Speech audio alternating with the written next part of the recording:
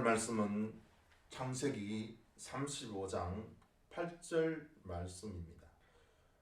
리브가의 유모 드보라가 죽음에 그들 베델 아래에 있는 상수리 나무 밑에 장사하고 그 나무 이름을 알론 바꾸시라 불렀더라. 이 창세기 35장은 바로 야곱이 세겜에 써 있었던 그 디나 사건 후에 하나님께서 야곱에게 말씀하시고 그 말씀을 받은 야곱은 가족들을 다 모아놓고 자기들이 지금까지 가지고 있던 우상들과 귀고리와 세상의 모든 것들을 야곱 앞에 내어놓고 그들의 어복을 바꾸고 그것을 상수리 나무 앞에 묻었습니다.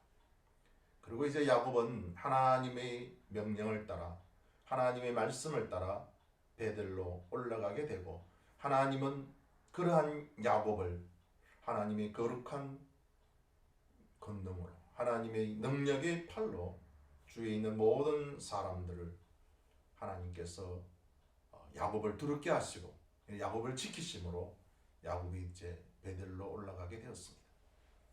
베델에서 하나님 앞에 제단을 드렸던 이 야곱은 거기를 엘 베델이라 이름을 불렀습니다.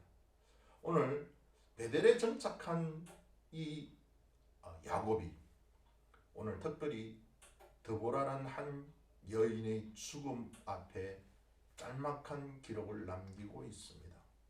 이것은 어떻게 보면 야곱이 리브가의 그 유모 드보라가 죽음에 상수리 나무 앞에 장사하고 그 상수리 나무 아래의 이름을 엘론 바꾸시라고 불렀습니다. 그것은 통곡이라는 뜻입니다. 즉 야곱은 베델에 도착했을 때 아마 야곱이 베델에 도착했다는 것을 알고는 그 헤브론에 있는 아마 이 드보라가 야곱을 찾아왔을 겁니다. 그리고 야곱에 대해서 이야기하고 야곱은 지금까지 자기가 수십 년 동안 고생했던 것, 하나님이 자기와 함께 했던 것, 그래서 하나님이 다시 이 베델에서 하나님을 섬기게 된 것을 아마 드보라에게 이야기했을 겁니다. 그리고 드보라는 야곱에게서 그의 어머니 리브가에 대해서 말했을 겁니다.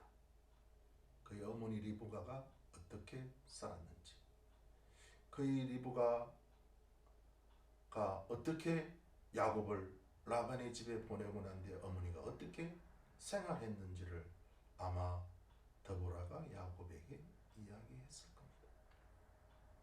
사실은 이 드보라는 리브가를 어릴 때부터 아마 따랐던 종이었을 겁니다. 몸종이었을 겁니다. 그리고 리브가를 따라 아마 이삭의 집에 오게 되었습니다. 그리고 에서와 야곱이 크는 것을 보았을 겁니다. 아마 유모라고 했으니까 아마 이 드보라가 에서와 야곱을 키웠을 가능성이 있습니다. 아마 모유를 준다든지 이유식을 준다든지 아니면 그들이 성장기에 있을 때 그들을 돌보았던 유모였을 겁니다.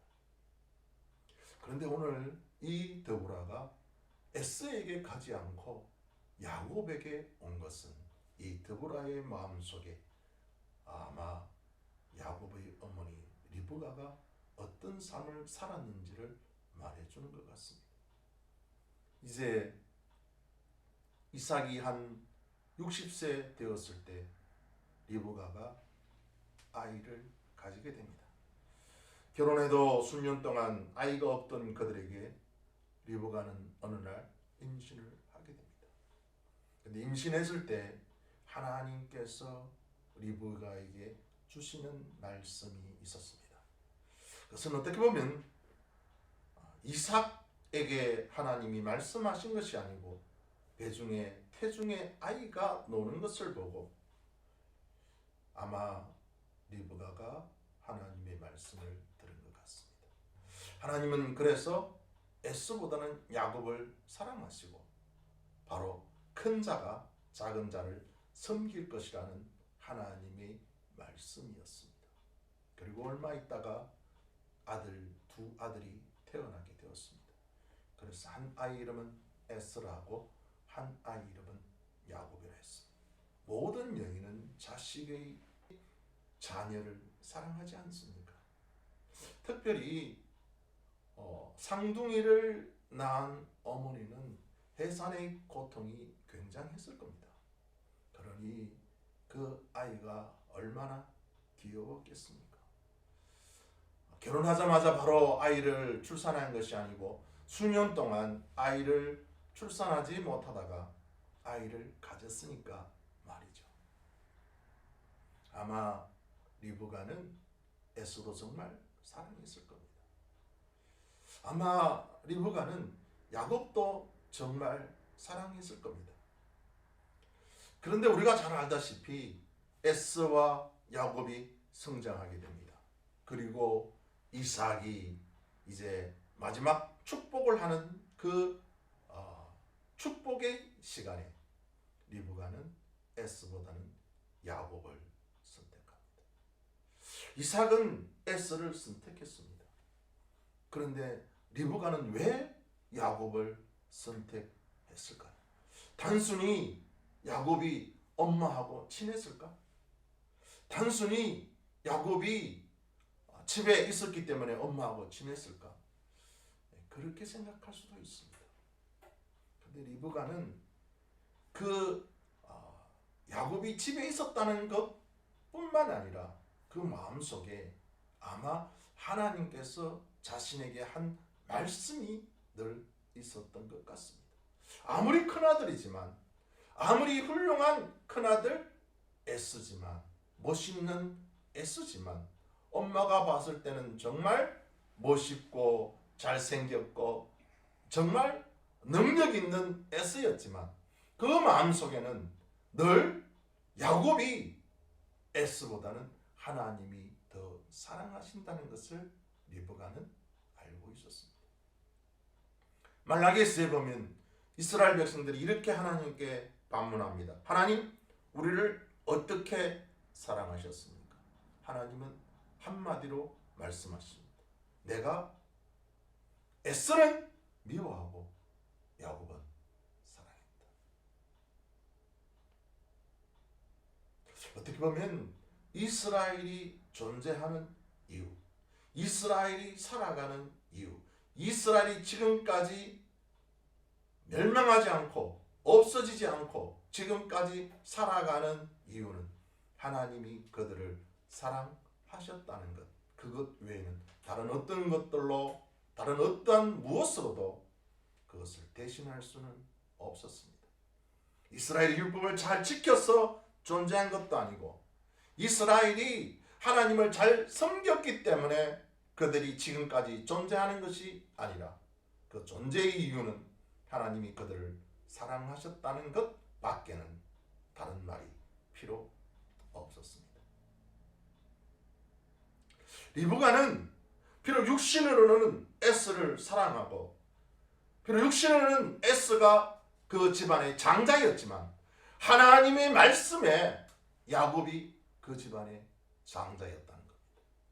그렇기 때문에 남편이 에스를 축복하려는 장자의 성계를 이삭이 에스에게 행하려고 했던 그 우리가 잘 알다시피 마지막 축복하는 그 이삭에게 야곱을 에스로 둔갑시켜서 비록 좋지 못한 방법이었지만 자신은 야곱을 장자로 에스에게 내어보냈습니다. 하나님의 말씀을 따른다는 것, 하나님의 말씀을 지킨다는 것은 어떻게 보면 가장 근본적이고 가장 기초적인 자식, 남편, 육신의 것으로 생각하는 육신의 생각, 이 모든 것에서 하나님의 말씀은 우선이라는 것을 리브가의 삶을 통해서 보여줍니다. 저는 오늘 왜 야곱이 더브라가 죽었을 때 그 무덤의 이름을 통곡이라고 지었을까? 정말 야곱이 드보라를 죽음을 인하여 드보라가 죽었기 때문에 통곡했을까? 물론 그럴 수도 있습니다. 그러나 저는 이 드보라의 죽음에 야곱이 리브가를 기억했다고 생각합니다. 리브가는 결혼하는 것, 이삭하고 있는 삶, 에서와 야곱의 가정에 대한 이야기는 기록되어 있지만 놀라운 사실은 리브가가 어떻게 죽었는지, 리브가의 장사를 누가 치렀는지, 리브가가 죽었을 때 이삭이 어떻게 행동했는지 성경은 기록되어 있지 않습니다. 저는 이것을 보았을 때 아마 리브가의 말년은 불행했다고 생각합니다. 왜냐하면 이삭 역시 리브가를 그의 죽음에 대해서 말하고 있지 않기 때문입니다. 장자의 명분을 빼앗긴 에서가 어머니를 사랑하고 어머니를 섬겼다고 생각하지 않습니다. 아마 에서는 리브가에 대한 반감이 있었을 겁니다. 아마 이삭 역시도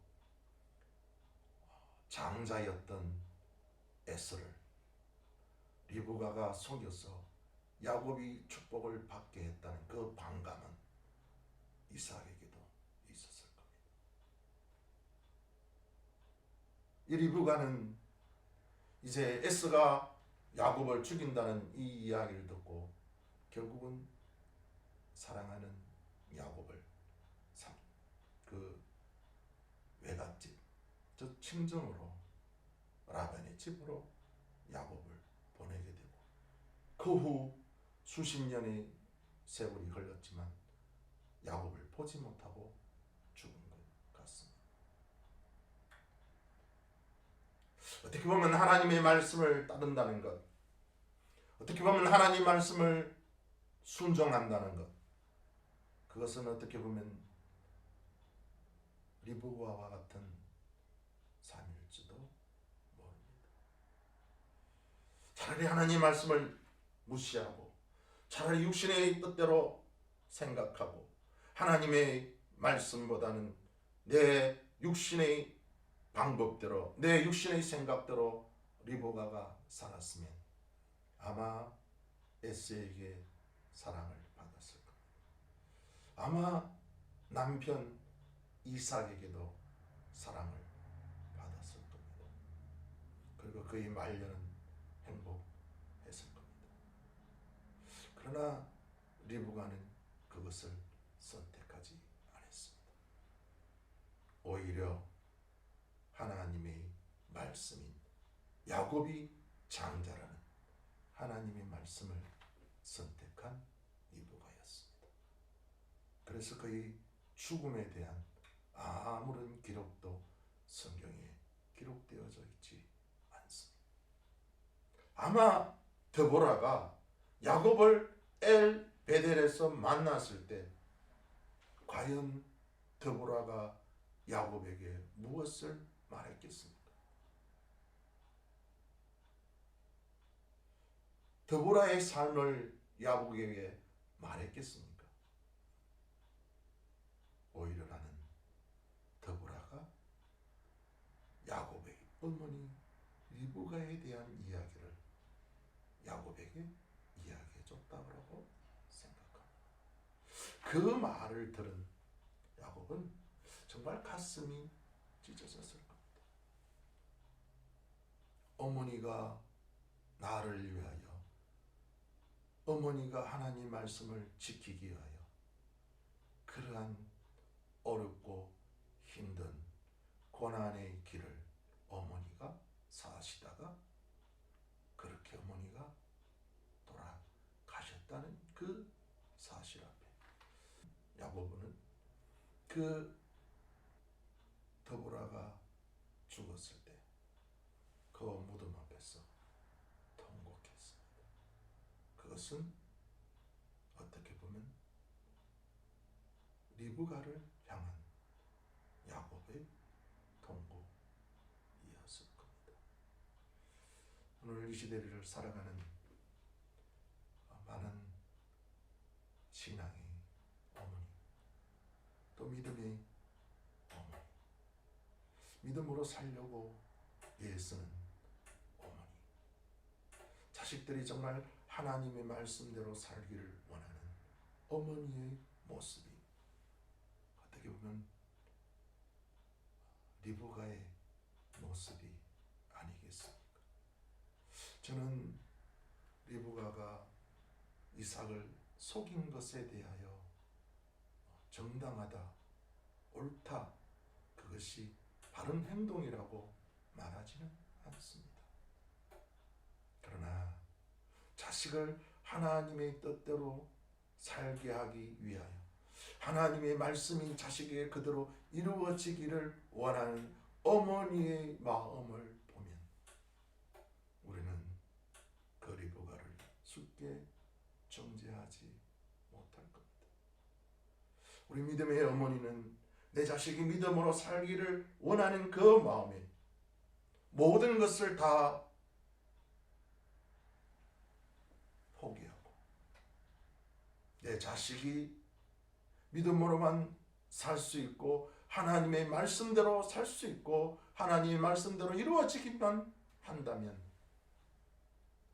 사실은 무엇이라도 할 수 있는 어머니들이 바로 신앙의 어머니인 것 같습니다. 누가 알아주지 않는다 하더라도 심지어 같은 자녀인 에스라 할지라도 알아주지 않고 오히려 자신을 미워한다 할지라도 사랑하는 남편이 그것을 이해하지 못한다 할지라도 내 자식이 하나님의 말씀대로 내 자식이 하나님의 계획대로 이루어지기를 소원하고 기도하고 그것이 그렇게 된다면 어떠한 희생도 감수하는 믿음의 어머니 말입니다. 오늘 야곱의 눈물은 그 믿음으로 산 어머니에 대한 그리움의 눈물일 겁니다. 회한의 눈물. 내 어머니의 신앙으로 어떻게 사셨는지에 대한 믿음의 눈물 말입니다. 사랑의 눈물 말입니다. 오늘 비록 리브가와 야곱은 만나지 못하고 멀리 떨어 있고 서로 아무런 소식이 없어졌다 할지라도 얼마나 야곱이 얼마나 엄마를 사랑했는지 야곱이 얼마나 리브가를 그리워했는지 야곱 마음에 얼마나 자신을 위하여 희생한 어머니를 기억하고 그리워했는지를 오늘 이 드보라의 무덤 앞에 야곱의 행동을 보면서 오늘 사랑하는 모든 믿음의 어머니, 사랑하는 모든 식구들이 믿음으로 하나님의 말씀을 지키며 기도하는 모든 어머니에게 큰 위로가 되시기를 예수님의 이름으로 축복합니다. 하나님은 하나님의 말씀대로 야곱이 야곱되어 줬습니다. 하나님은 야곱을 그렇게 사용하셨습니다. 하나님은 비록 세상의 육신의 방법이 아닌 하나님의 말씀의 방법대로 야곱을 키운 야곱이 그렇게 되기를 소원하며 기도했던 어머니의 기도대로 야곱은 이스라엘이 되었습니다. 그리고 야곱의 허리에서 이스라엘의 왕이 태어났습니다. 그리고 온 인류의 구주가 바로 이스라엘의 후손이었습니다. 비록 어떻게 보면 리브가는 하나님의 말씀을 지키는 것으로 고통스럽고 괴롭고 힘든 여생을 보내었다 할지라도 그 한 여성의 삶 가운데, 그 한 여성의 믿음 가운데, 그 한 여성의 하나님의 말씀대로 하나님의 뜻대로 이루어지기를 기도하며 소원한 그 리브가의 한 믿음이 어떻게 보면 야곱의 인생에 있어서, 이스라엘의 인생에 있어서 리브가는 존경을 받아야 할 어머니였습니다. 오늘 사랑하는 믿음의 많은 어머니들이 자식을 믿음으로 키우려고 힘쓰고 애쓰는 많은 믿음의 리브가들이요, 당신이 만약 하나님의 말씀대로, 당신이 하나님의 뜻대로 자녀가 그렇게 되기를 소원한다면 당신의 소원대로, 당신의 희망대로, 당신의 기도대로 당신의 자녀들은 그렇게 성장하고 그렇게 번영하게 될 겁니다. 오늘 이 드보라의 죽음과 야곱의 통곡 가운데 기도하는 많은 믿음의 어머니들에게 위로가 되시고 소망이 되시고, 비록 지금은 내 자식이 삼촌집에서 어디에서 무슨 일을 당하고 어떠한 고난과 어떠한 어려움을 당하는 위치에 있다 할지라도, 힘든 인생을 사는 고난의 가운데 있다 할지라도 리브가의 믿음을 본받아 하나님의 말씀을 부여잡고 하나님의 말씀대로 내 자식이 되기를 소원하고 기도하는 많은 리브와 같은 어머니에게 하나님의 놀라운 축복이, 하나님의 놀라운 섭리가 당신의